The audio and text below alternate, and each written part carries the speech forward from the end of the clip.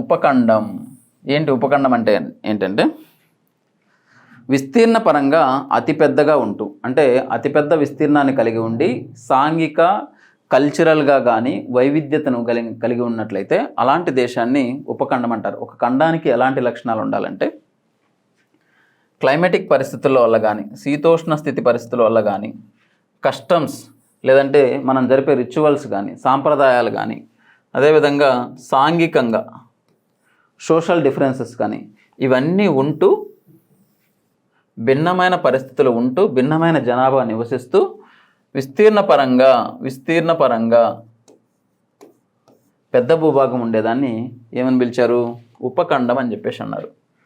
ఇంగ్లీష్లో ఏమంటారు? Sub continent అని చెప్పేసి పిలవటం జరుగుతుంది. ఓకేనా? భారతదేశం యొక్క ఉపఖండంలో ఏ భూభాగాలు ఉన్నాయో ఒకసారి చూద్దాం. ఇక్కడ చూసినట్లయితే మనకి పాకిస్తాన్, అదేవిధంగా ఆఫ్ఘనిస్తాన్, రైటా, నేపాల్, భూటాన్, బంగ్లాదేశ్, శ్రీలంక, ఇక్కడ ఉండే మాల్దీవులు.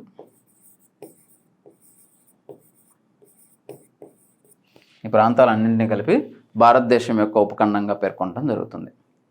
అర్థమైందా? ఇది ఈ యొక్క సైజ్ అండ్ లొకేషన్ సంబంధించిన పరిచయం అన్నమాట.